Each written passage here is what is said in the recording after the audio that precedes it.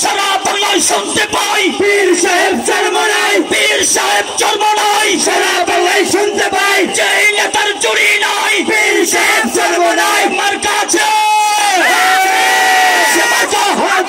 সবাই বলেন হাত পাকা, আগামী দিনে হাত পাকা, সংসদে হাত পাকা, সারা দেশে হাত পাকা, গরিবদের হাত পাকা, তরুণদের হাত পাকা, আপামর জনতার হাত পাকা, সবার মুখে হাত পাকা, ইনশাআল্লাহ হাত পাকা, আগামী দিনে হাত পাকা, সংসদেতে হাত পাকা, সারা দেশে হাত পাকা, সবাই বলেন হাত পাকা, একই সাথে হাত পাকা। নারায়ে তাকবীর। বাংলাদেশের কোন মার্কা আছে? নওগাঁ এক আসন সাপাহারের কোন মার্কা আছে? আগামী সংসদ নির্বাচনের ভাষণ দেবেন ইসলামী আন্দোলন বাংলাদেশের শ্রদ্ধাভাজন আমির, জুলাই আগস্টের গণ বিপ্লবের সংগ্রামী অগ্রনায়ক, বঙ্গ অভিভাবক আলহাজ হযরত মাওলানা মুফতি সৈয়দ মোহাম্মদ রেজাউল করিম পীর সাহেব হুজুর চরমনাই। নারায়ে তাকবীর, নারায়ে তাকবীর, আল্লাহু আকবার। নেতা নয় নীতি চাই পীর সাহেব চরমনাই, যোগ্য নেতা পাইছি ভাই পীর সাহেব চরমনাই, সারা বাংলায় শুনতে পাই পীর সাহেব চরমনাই। নারায়ে তাকবীর, আল্লাহু আকবার।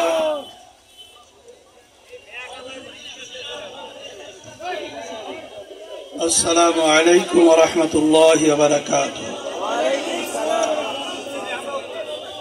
الحمد لله وكفى وسلام على عباده الذين اصطفى. أما بعد أعوذ بالله من الشيطان الرجيم. بسم الله الرحمن الرحيم. ظهر الفساد في البر والبحر بما كسبت أيدي الناس. صدق الله العلي العظيم. সবাই দুরূদ শরীফ পড়ি। আল্লাহুম্মা সাল্লি আলা মুহাম্মাদ ওয়া হাবিবিনা ওয়া মাওলানা মুহাম্মদ সাল্লাল্লাহু আলাইহি ওয়া আলা আলিহি ওয়া আসহাবিহি ওয়া বারাক ওয়া সাল্লাম। ইসলামী আন্দোলন বাংলাদেশ সাপাহার উপজেলা শাখা কর্তৃক আয়োজিত আজকের সমাবেশের সভাপতি, মঞ্চে সম্মানিত উলামায়ে কেরাম, বিভিন্ন পর্যায়ের দায়িত্বশীল, প্রশাসনিক আমার ভাইরা, সাংবাদিক আমার ভাইরা, সামনে বিশেষ করে যারা উপস্থিত রয়েছেন, যারা শুনছেন, ইসলাম প্রেমিক, দেশ প্রেমিক আমার ভাইরা, ইসলামী আন্দোলন বাংলাদেশ কি চায়, আমাদের লক্ষ্য উদ্দেশ্য কি? এক কথায় আমাদের মনে রাখতে হবে, ইসলামী আন্দোলন বাংলাদেশ এর মূল লক্ষ্য উদ্দেশ্য হল দুনিয়াতে শান্তি, আখেরাতে মুক্তি। আজকে বাংলাদেশ 53 বছর স্বাধীনতা শেষ হওয়ায় 54 বছরে পড়ছে। যাদের মাধ্যমে দেশটা চলছিল, এদের মাধ্যমে আমরা বাংলাদেশের মানুষকে পেয়েছি, এরা আমাদের সবাই অনেকটা জানা পরিষ্কার আছে। তারপর আমি একটু সরল করায় দেওয়ার জন্য বলছি, এদের পরিচালনায় এই সুন্দর দেশ বাংলাদেশটা একবার দুইবার নয়, 5 বার চোরের দিক থেকে তামাম দুনিয়ার ভিতরে ফার্স্ট বানিয়েছে। আমরা যখন বিদেশে যাব, যদি আমাদের পরিচয় জানতে চায়, আমরা যদি পরিচয় দেই আমাদের দেশ বাংলাদেশ, তখন কিন্তু তারা মন্তব্য করবে চোরাগো দেশের লোক। কথা ঠিক কিনা? এ দেশের মধ্যে আমরা কি পেলাম? জুলাই 5ই আগস্ট আপনারা দেখেছেন যে ন্যায্য দাবি নিয়ে যখন ছাত্ররা আওয়াজ তুলেছিল, তখন ক্ষমতার লোভে,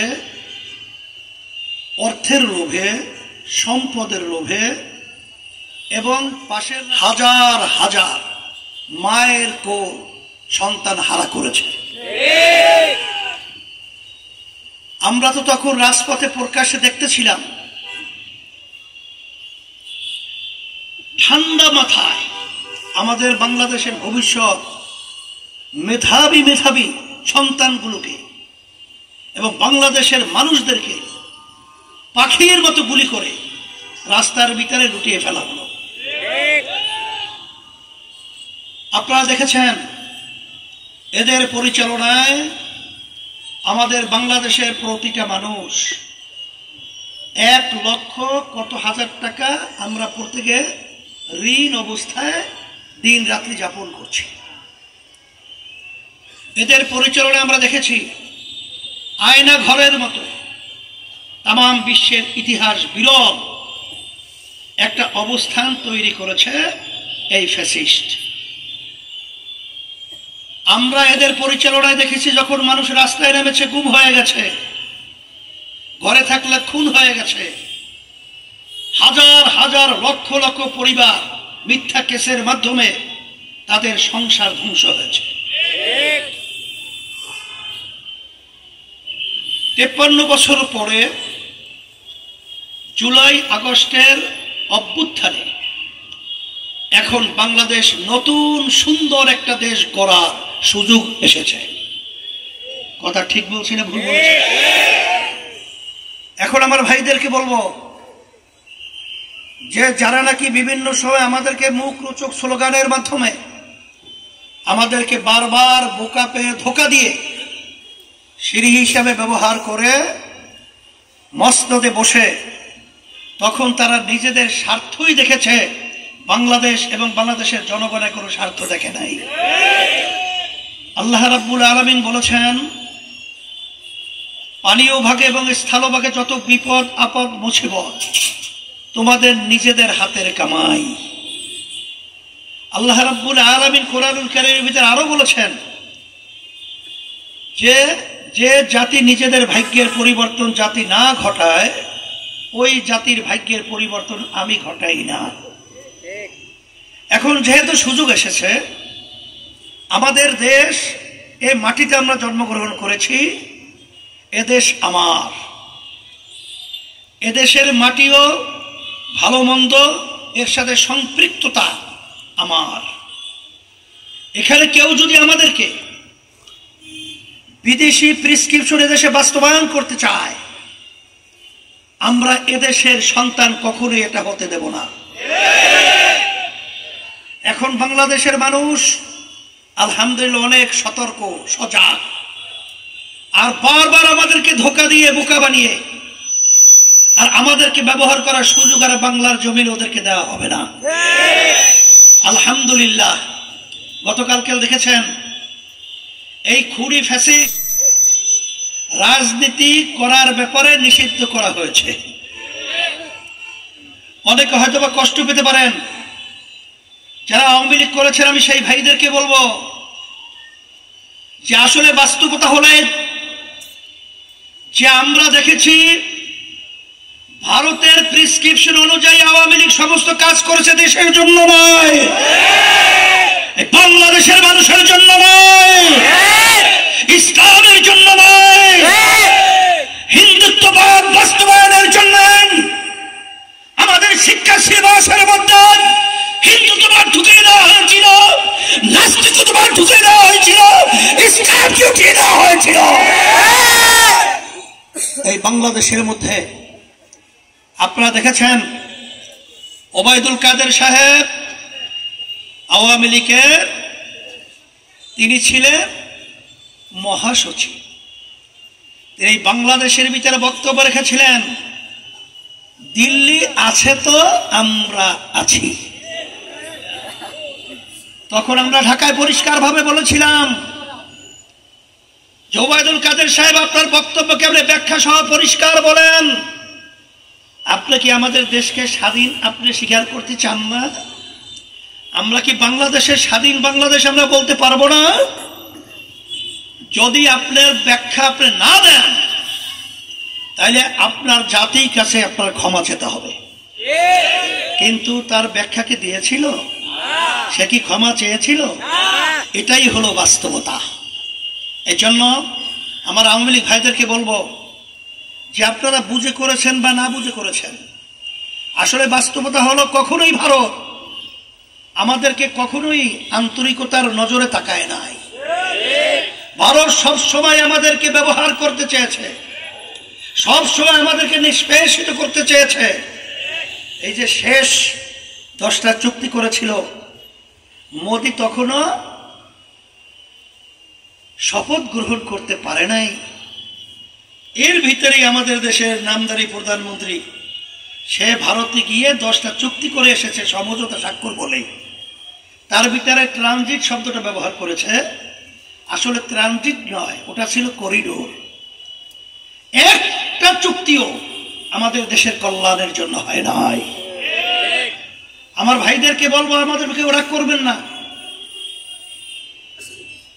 আপনারা ব্যাপারটা পর্যালোচনা করে দেখেন, তারা কিন্তু এই দেশের জন্য, এই বাংলাদেশের মানুষের জন্য রাজনীতি করে নাই, ভারতকে খুশি করার জন্য সমস্ত কার্যক্রম। এরপরে আমরা দেখেছি বিএনপি কি করেছে আমরা জানি, এখন কি করতে চায় তাও জানি। তারা নাকি আওয়ামী লীগকে নিষিদ্ধ ঘোষণা করার ব্যাপারে একমত না। আমি তাদেরকে বলছিলাম, আজকেও বলছি, কোন কোন কাজ করলে একটা রাজনৈতিক দল নিষিদ্ধ হয় এটার ব্যাখ্যা আপনাদের কাছে চাই। বিভিন্ন দেশের মধ্যে যখন নাকি নীতি নৈতিকতা হারিয়ে ফেলে, তখন সেই রাজনীতি দল রাজনীতি করার অধিকার রাখে না। তাহলে আপনারা তাদের রাজনীতি করার ব্যাপারে আপনারা বলিয়া রচ্ছেন, আর এখন কালকে যখন ওদেরকে নিষিদ্ধ ঘোষণা করা হলো, তখন আপনারা আপনাদের অবস্থান আমরা দেখেছি, আপনাদের বিভিন্ন নেতাদের বক্তব্য আমরা দেখেছি, শুনেছি। যখন আন্দোলনকারীরা বিজয় হলো, তখন আপনারা আবার ধোকা দেবেন আমাদেরকে, আর বোকা পেয়ে আবার ধানে শীষ মার্কায় সিল মেরে বাক্স ভরবে, এ চিন্তা এখন গুড়ে বালি। কারণ বাংলাদেশের মানুষ আওয়ামী লীগ দেখেছে, বিএনপি দেখেছে, জাতীয় পার্টি দেখেছে, অন্যান্য আদার্স দল দেখেছে, কিন্তু ইসলাম দেখে নাই। আমি আমার ভাইদেরকে বলবো, 5ই আগস্ট, জুলাইয়ের কিছুদিন আপনারা দেখেছেন, যখন অভ্যুত্থানের মাধ্যমে ফ্যাসিস্ট যখন পালালো, তখন মায়ের কান্না এখনো বন্ধ হয় নাই। এখনো মা চিৎকার করে বলছে, কয়েকদিন পর্যন্ত আমার সন্তান আমাকে মা বলে ডাকছে না। এখন আমার সেই মুখদের পানি পানি শব্দ আমাদের কান থেকে সরে নাই। আমাদের আবু সাইদের সেই হাত প্রসারিত করে বুকের ভিতরে গুলিবিদ্ধ অবস্থায় রাস্তায় লুটিয়ে পড়েছে, আমাদের নজর থেকে এখনো সরে নাই। এই অবস্থায় আমরা কি দেখেছি, যারা নাকি ইসলাম নীতি আদর্শ ধারণ করে, তারা ভারত যেন শকুন চক্ষুর মাধ্যমে আমাদের দেশকে আবার অশান্তি না করতে পারে, তখন আমরা নেমেছি সংখ্যালঘুদের, তাদের বাড়িঘর, তাদের জানমাল ইজ্জত নিরাপত্তার জন্য পাহারার দায়িত্ব পালন করেছি। আমরা তখন রাস্তার ভিতর ট্রাফিকের সিগন্যালের দায়িত্ব পালন করেছি। আর তখন আমরা কি দেখেছি, একদল নেমেছে চাঁদাবাজির জন্য, তারা বিভিন্ন স্টেশন দখলের জন্য নেমেছে, বিভিন্ন ঘাট দখলের জন্য নেমেছে। আমি সেদিন কারো বগিরা বলেছিলাম যে আপনারা নির্বাচনের জন্য পাগল হয়ে গেছেন, আপনাদের নেতা কর্মী সহ আপনাদের পরিচয় বিএনপি দিয়ে যে তাণ্ডব সারা দেশে ছড়িয়েছে, আজকে এদের তাণ্ডবে সমস্ত বাংলাদেশের মানুষ অশান্তির আগুনে ধাউ ধাউ করে জ্বলছে।